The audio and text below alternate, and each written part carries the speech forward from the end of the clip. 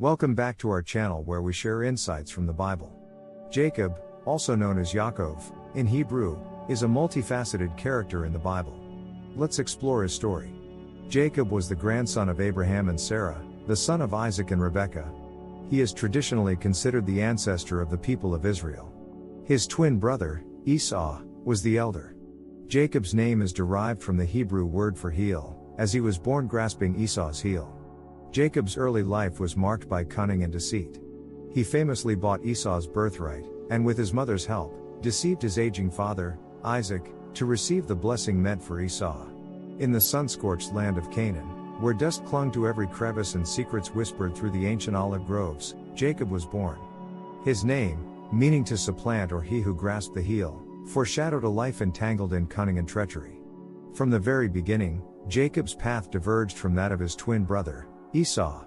As they emerged from their mother's womb, Jacob clung to Esau's heel, as if vying for dominance. This primal struggle set the stage for a lifetime of rivalry. Esau, the elder son, possessed the birthright, a sacred inheritance that carried both honor and responsibility. But Jacob, ever the opportunist, saw an opening. One day, as Esau returned famished from the fields, Jacob offered him a steaming bowl of lentil stew in exchange for the birthright. Esau, driven by hunger and impulsivity, agreed. Thus, Jacob cunningly acquired the birthright, sealing their fates. But the birthright was not enough.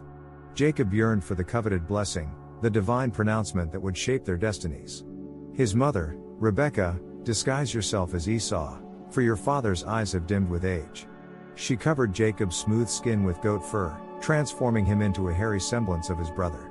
And so, he approached the blind Isaac, who, deceived by touch and smell, bestowed upon Jacob the blessing meant for Esau, the blessing of prosperity, dominion, and divine favor.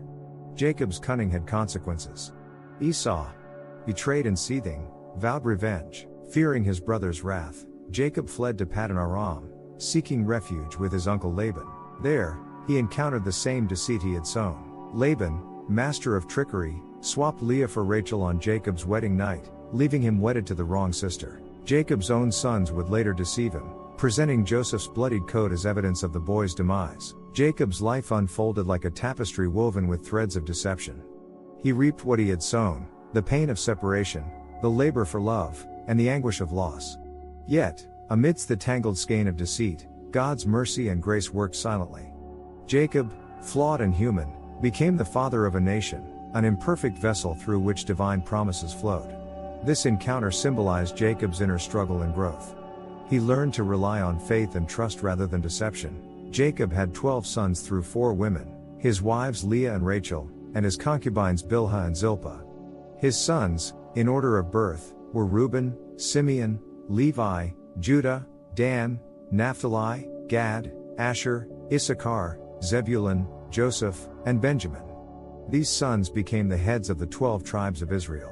Jacob displayed favoritism among his wives and children, particularly favoring Rachel and her sons, Joseph and Benjamin.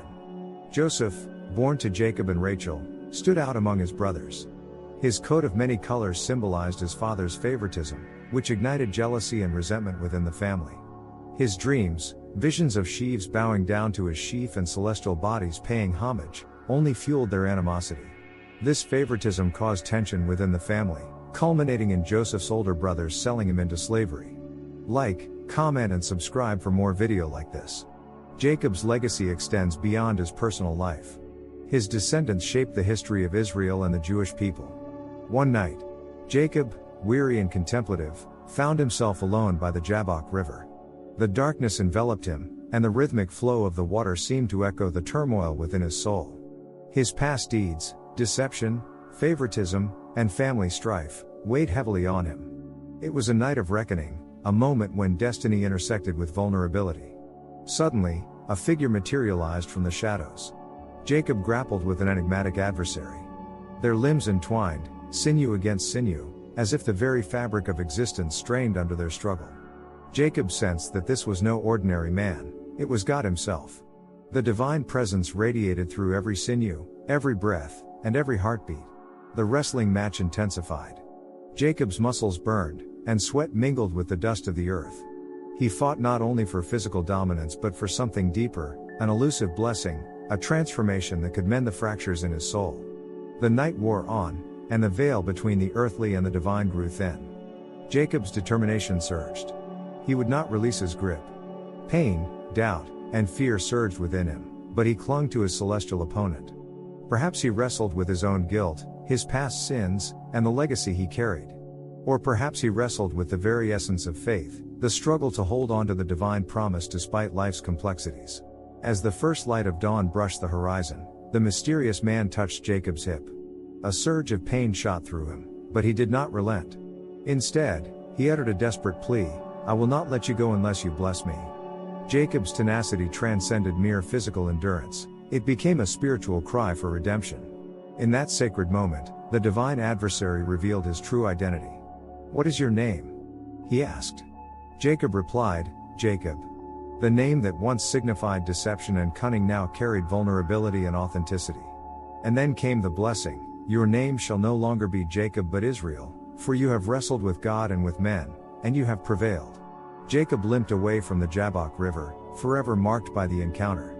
His hip joint wrenched, his heart transformed. Peniel, the place of wrestling, became a memorial, a testament to the struggle that birthed a new identity. Jacob, now Israel, embodied resilience, faith, and the courage to wrestle with both God and self. And so, the multifaceted character of Jacob continued to evolve, from cunning deceiver to the one who wrestled with God and emerged blessed. His story resonates across generations, inviting us to grapple with our own doubts, fears, and hopes, seeking transformation in the sacred moments of struggle. Let's delve deeper into the multifaceted character of Jacob and explore the profound transformation he underwent, from cunning deceiver to the one who wrestled with God and emerged blessed. Jacob, the grandson of Abraham, was born grasping his twin brother Esau's heel, a foreshadowing of their lifelong struggle. His name, meaning one who follows on another's heels, reflected this connection. Early on, Jacob lived up to his name, using cunning and deceit to gain advantages.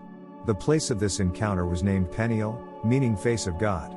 Jacob's transformation was complete. His hip wrenched, his heart forever marked, Jacob emerged as Israel, a new identity, embodying resilience, faith, and the courage to wrestle with both God and self. Jacob's story resonates across generations, inviting us to grapple with our own doubts, fears, and hopes. In our sacred moments of struggle, we too seek transformation. Jacob's journey, from cunning deceiver to the one who wrestled with God, remains a beacon of hope, reminding us that redemption awaits those who persevere. And so, may we find courage in our own Peniel moments, where we wrestle with our past, our faith, and our deepest selves, emerging blessed and transformed. Dear reader, remember that Jacob's story is not merely one of cunning and deceit. It is a testament to the intricate interplay of human frailty and divine providence, a reminder that even flawed threads can contribute to the grand design of eternity.